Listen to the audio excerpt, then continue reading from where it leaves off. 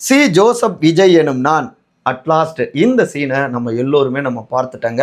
செம்ம கூஸ்பம்ஸாக இருக்குங்க, அப்படியே உடம்பெல்லாம் சிலுத்து போச்சுங்க அப்படின்னு உற்சாகத்தோடு கொண்டாடிட்டு இருக்காங்க ஒட்டுமொத்தமான தாவேக்காவினரும்.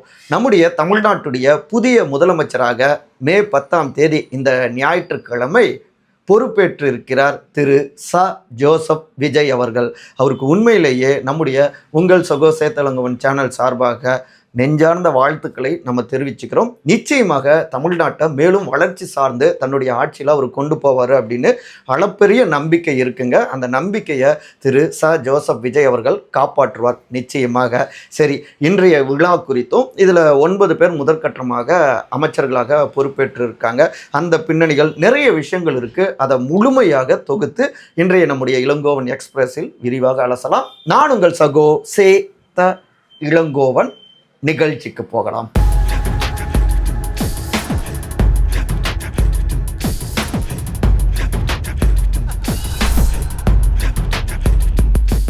சிஎம் ஜோசப் விஜயும் 9 தளபதிகளும் இன்னைக்கு நடக்குமா, நாளைக்கு நடக்குமா, இப்போ நடக்குமா அப்படின்னு அவ்வளோ பரபரப்புகள், படபடப்புகள்.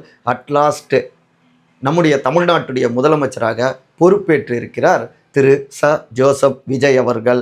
மே 10ஆம் தேதி காலையிலேயே நேரு உள் விளையாட்டரங்கத்தில் அந்த விழாவும் சிறப்பாக அரங்கேறினதுங்க. பொறுப்பு ஆளுநரான திரு அட்லேக்கர் அவர்கள் விஜய் அவர்களுக்கு முதலமைச்சர் பதவி பிரமாணமும் எடுத்து வச்சாருங்க. உண்மையிலேயே அவர் தொடக்கத்தில் சொன்ன மாதிரி தான் சி ஜோசப் விஜய் எனும் நான் அப்படின்லாம் அவர் சொன்னப்போ பயங்கரமான புல்லரிப்பு. அவங்களுடைய ரசிகர்கள், தொலைக்காட்சியில் பார்த்துட்டு இருந்தவங்க, யூடியூப்பில் பார்த்துட்டு இருந்தவங்க எல்லோருமே உற்சாகத்தோடு அந்த காட்சிகளை பார்த்துட்டு இருந்தாங்க. இந்த விழாவில் பல்வேறு மாற்றங்கள் இருந்தது. அதுக்கு முன்னதாக ஒரு விஷயத்தை குறிப்பிடணும். விஜய் அவர்களுடைய பெற்றோர்கள் இந்த விழாவில் தொடக்கத்திலேயே சீக்கிரமாக வந்துட்டாங்க. அங்கே விஜய் அவர் பதவி பிரமாணம் எடுத்துக்கிற அந்த காட்சியை பார்க்க தாய் தகப்ப 2 பேருக்கும் அப்படியே கண்ணில் கண்ணீருங்க, ஆனந்த கண்ணீர். இன்னைக்கு மதர்ஸ் டே வேற.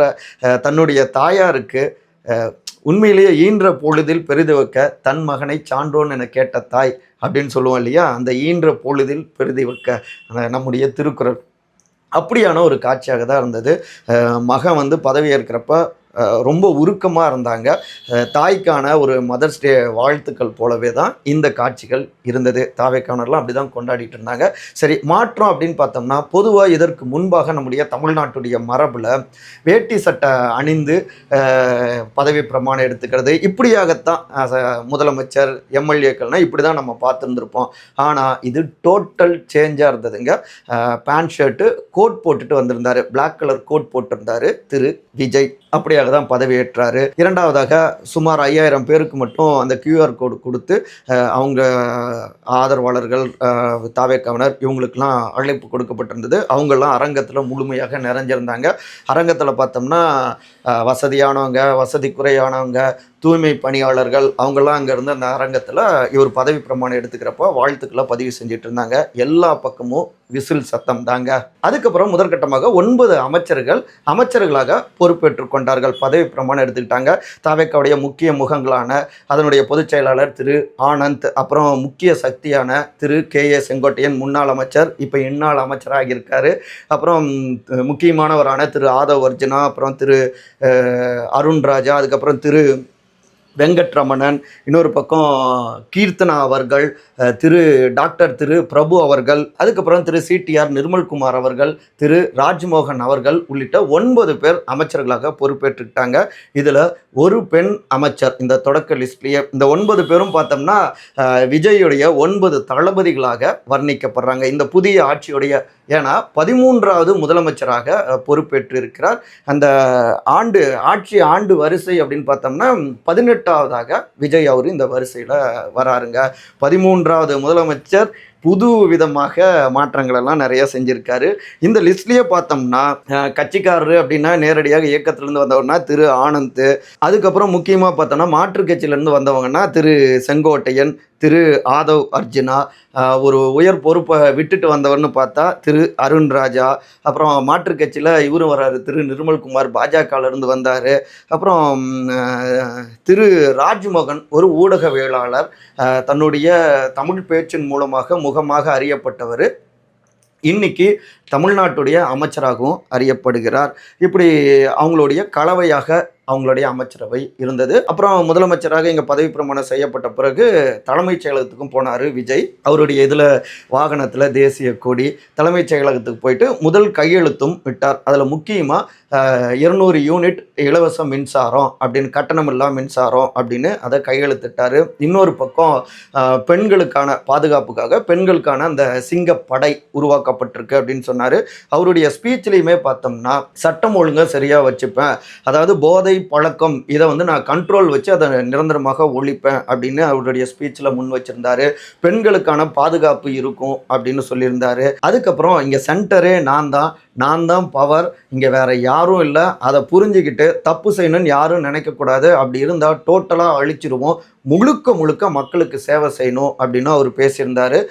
நான் ஒரு அசிஸ்டன்ட் டைரக்டருடைய பையனாக பிறந்து பல கஷ்டங்களை, வறுமை, பசி, பட்டினியை நான் பார்த்து வந்திருக்கேன். அதுக்கப்புறம் தான் இந்த வளர்ச்சிங்கிறது அப்படின்னு சொல்லி நிச்சயமாக வறுமை இல்லாத, பசி பட்டினி இல்லாத ஒரு சமுதாயத்தை, நிரந்தர சமுதாயத்தை உருவாக்க நான் பாடுபடுவேன் அப்படின்னு அவருடைய முதல் உரையில் பல விஷயங்களை இப்படி பேசியிருந்தார். உண்மையிலேயே அந்த முதல் உரை சிறப்பாகவே இருந்தது. இன்னொரு பக்கம் அரசு நிர்வாகம் அப்படின்னு அவர் வரப்போ இங்கே முழுக்க கஜானா காலி செய்யப்பட்டிருக்கு. கிட்டத்தட்ட 10 லட்சம் கோடி ரூபாய் வர கடனாக இருக்குது. அதனால் நான் நிச்சயமாக எல்லா வாக்குறுதிகளையும் நிறைவேற்றுவேன், மாற்று கருத்து இல்லை, சாத்தியமானதான் நான் வாக்குறுதியாக கொடுத்துருக்கேன், ஆனாலும் கொஞ்சம் கால அவகாசம் வேணும் அப்படின்னு அவர் தெரியப்படுத்தியிருந்தார். அப்புறம் எங்கே போகிறதுனாலும் நான் முகத்தை மூடிட்டுலாம் நான் போக மாட்டேன், நேரடியாகவே எல்லா இடத்துக்கும் போவேன், தமிழ்நாட்டுடைய நலனுக்காக அப்படின்லாம் பேசினார். பெயர் சொல்லி யாரையும் குறிப்பில்லைனாலும் முன்னாள் முதலமைச்சரான திரு மு.க. ஸ்டாலின் அவர்களுடைய ஆட்சி, அதாவது 10 லட்சம் கோடி கடன் அப்படின்னு விமர்சிச்சிருந்தார். இன்னொரு பக்கம் முகத்தை மூடிட்டு போனேன் அப்படிங்கிறத புரிஞ்சிருப்பீங்க. முன்னாள் முதலமைச்சரான திரு எடப்பாடி பழனிசாமி அவரையும் இந்த இடத்துல விமர்சிச்சிருந்தார். ரொம்ப ஹார்ஸாக அட்டாக் பண்ணுற மாதிரி இல்லை, ஒரு வகையில் தான் எப்படி செயல்படுவேன் அப்படிங்கிறத விளக்குவதாக இருந்தது விஜய் அவருடைய உரை. அதுக்கப்புறம் தான் தலைமைச் செயலகம் போனார் அப்படின்னு முன்னே சொன்னேன் இல்லையா. இதில் சோழவந்தான் தனி தொகுதியில் வெற்றி அடைஞ்ச திரு கருப்பையா அவர்களை தற்காலிக சபாநாயகராக நியமிச்சிருக்காங்க. பட்டியல் சமூகத்தை சார்ந்தவர் சபாநாயகராக இருப்பது அப்படிங்கிறது அது ஒரு உயர்ந்த விஷயம், நல்ல விஷயமாகவும் அது பார்க்கப்படுது. அது மட்டும் இல்லாமல் இந்த விழாவுக்கு திரு ராகுல் காந்தி அவர்கள், நாடாளுமன்ற எதிர்க்கட்சி தலைவர், அவர் வந்திருந்தார், முன்னாடியே வந்திருந்தார். என்னுடைய பிரதர் அப்படின்னு குறிப்பிட்டிருந்தார் விஜய். அனைவருக்குமே, அதாவது கூட்டணி கட்சிகள் ஆதரவு கொடுத்தாங்க இல்லையா, பெரும்பான்மையை நிரூபிக்க 2 இடதுசாரிகள், விசிக, அப்புறம் ஐயுஎம்எல் உள்ளிட்ட அனைத்து கட்சியினருக்கும் அவங்களுடைய பெயர் சொல்லி நன்றியை தெரிவிச்சிருந்தார். அது முக்கியமாக பார்த்தோம்னா இப்போ முதலமைச்சருடைய செயலாளராக, முதன்மை செயலாளராக சுகாதாரத்துறை செயலாளர் திரு செந்தில்குமார் அவர் முதன்மை செயலாளராக நியமனம் செய்யப்பட்டிருக்காங்க. ஆதி திராவிடர் நலத்துறை செயலாளராக இருந்த லட்சுமி பிரியா அவர்கள் முதல்வருடைய தனி செயலாளராகவும் நியமனம் செய்யப்பட்டிருக்காங்க அப்படின்னு தகவல்கள் வருது. பிரதமர் திரு நரேந்திர மோடி அவரும் வாழ்த்துக்களை பதிவு செஞ்சிருக்காரு. முன்னாள் முதலமைச்சர் திரு மு.க. ஸ்டாலின் அவரும் வாழ்த்துக்களை பதிவு செஞ்சிருக்காரு. பலரும் பதிவு செஞ்சிருக்காங்க. அதே நேரத்தில் இன்னொரு பக்கம் ஒரு விமர்சனமும் பதிவு செய்யப்பட்டிருக்கு. நடைமுறைக்கு சாத்தியமானதை மட்டுமே வாக்குறுதிகளாக அளிக்கிறேன் அப்படின்னு ஆட்சிக்கு வந்துள்ள நீங்க இப்பதான் நீங்க அரசு நிர்வாகத்துக்குள்ளார அடியெடுத்து வைக்கிறீங்க. கூடிய விரைவில் மக்களுக்கு கொடுத்த வாக்குறுதிகளை எப்படி நிறைவேற்றலாம் அப்படின்னு நுணுக்கங்களையும் எங்களை போல நீங்களும் நிச்சயம் கற்றுக்கொள்வீர்கள் அப்படின்னு நம்புகிறேன் அப்படின்னு வாழ்த்துக்களை பதிவு செஞ்சிருக்காரு. அப்புறம் தமிழ்நாடு அரசாங்கத்துடைய நிதிநிலை பற்றி கடந்த பிப்ரவரி மாத பட்ஜெட்டிலேயே தெளிவாக நாங்கள் சொல்லிட்டோம், அது உங்களுக்கு தெரியாதா? அதற்கு பிறகுதான் நீங்கள் பல வாக்குறுதிகளை மக்களுக்கு கொடுத்தீங்க. உங்களுக்கு வாக்களித்த மக்களை மீண்டும் நீங்கள் ஏமாற்றி திசை திருப்பாதீங்க அப்படின்னும் எதிர்வினை ஆற்றி இருக்கிறார் முன்னாள் முதலமைச்சரான திரு மு.க. ஸ்டாலின். அந்த வார் ஃபஸ்ட்டு டேவிலேருந்தே ஸ்டார்ட் ஆகிடுச்சிங்க. ஒரு வகையில் விஜய் அவருமே இதை விரும்புகிறாரு. டிவிகே வெர்சஸ் டிஎம்கேன்னு களம்னு சொன்னார். இன்றைக்கி ஆட்சிக்கு அதை சொல்லியே வந்திருக்காரு. ஆட்சியை ரன் பண்ணவும் எதிர்முனையில், ஏன்னா எதிர்க்கட்சியாக திமுக தான் இருக்குது, அதிக எம்எல்ஏக்களை பெற்று. ஸோ சட்டமன்றமும் இனி பயங்கரமாக அனல் வீசும், சுட சுட நடக்கும் அப்படிங்கிறதையும் புரிஞ்சிக்க முடியுது. இந்த இடத்துல ஒரு முக்கியமான மாற்றத்தை நம்மளுடைய தமிழ்நாட்டு மரபில் நம்ம பார்க்காத ஒரு மாற்றத்தை நம்ம பார்க்குறோம். என்ன அப்படின்னா, முதலாவதாக எப்பொழுதுமே தமிழ்தாய் வாழ்த்து தான் பாடப்படும். ஆனால் புதுசாக இந்த முறை வந்தே மாதரம் முதலாவதாக பாடப்பட்டு, அதுக்கப்புறம் தேசிய கீதம் பாடப்பட்டு, அதுக்கப்புறம் தான் தமிழ்த்தாய் வாழ்த்து பாடப்பட்டது. இதில் அது தொலைக்காட்சியில் பார்த்தவங்களுக்கு தெரியும். தேசிய கீதம் முடிஞ்சவொடனே தமிழ்த்தாய் வாழ்த்து போடுறதுக்கு முன்னாடி எல்லாரும் கை தட்டிட்டு சலசலப்பு வந்ததை பார்த்தோம். அப்புறம் உடனே தமிழ்த்தாய் வாழ்த்து பாடப்பட்ட உடனே அனைவரும் மதிப்பு கொடுத்தாங்க. விஜய் அவர் தாவேக்காவினரும் அந்த மேடையில் இருந்தவங்களும் தமிழ்த்தாய் வாழ்த்துக்கு அவங்க வாய் திறந்து அந்த பாடலையும் பாடினாங்க. அப்புறம் கடைசியாகவும் பார்த்தோம்னா வழக்கத்துக்கு மாறாக வந்தே மாதரம் பாடப்பட்டது. இது இன்னொரு பக்கம் கடும் எதிர்வினைகளையும் உருவாக்கியிருக்கு. நம்முடைய தமிழ்த்தாய் வாழ்த்து பின்னுக்கு தள்ளப்பட்டிருக்கு அப்படின்னு விமர்சிச்சிருக்காங்க. இப்படியாக அவருடைய முதல் நாள் விழா இருந்தது. இன்னும் நிறைய விஷயங்கள் இருக்குது, அடுத்தடுத்து நம்ம பார்க்கலாம். இந்த இடத்துல திரு ச ஜோசப் விஜய் அவர்களுக்கு பேரறிஞர் அண்ணா அவர்கள், முன்னாள் முதலமைச்சர், அவர் குறித்து சில விஷயங்களை நம்ம ஒரு விஷயத்தை பதிவு செய்யணும்னு தோணுதுங்க. எந்த ஆட்சி வந்தாலும் சரி, தமிழர் காப்பாற்றி கொள்ள வேண்டியவை சில உள்ளன. அவர்களுக்கு எந்த கட்சி மீது அபிமானம் இருப்பினோ தமிழரின் ஜீவ நாடி தளர விடலாகுமா? அந்த ஜீவ நாடிகளுக்கு ஆபத்து வரக்கூடுமா? காலம் மாறுகிறதல்லவா, புதிய புதிய ஆபத்துகள் வரலாம். ஆகவே கீழ்கண்டவற்றை தமிழ்நாட்டவர் எப்பாடுபட்டாகிலும் காப்பாற்றியே தீர வேண்டும். தமிழ் மொழி இதுவே நாம் தமிழர் என்பதை காட்டுவது. இதற்கு ஆபத்து வந்துவிட்டால் நமது ஒற்றுமை, கலை, நாகரிகம் யாவும் நாசம். ஆகவே தமிழை காப்பாற்றுங்கள் அப்படின்னு சொல்லியிருக்காரு பேரறிஞர் அண்ணா அவர்கள். எந்த ஆட்சி வந்தாலும் சரி தமிழை காத்திடுங்கள்னு 22/8/1937 சுயமரியாதை மாநாட்டுக்கு தலைமை வகித்தார் பேரறிஞர் அண்ணா அவர்கள். துறையூரில் நடந்த அந்த மாநாட்டில் தான் இப்படியாக அவர் தெரிவிச்சிருக்காரு.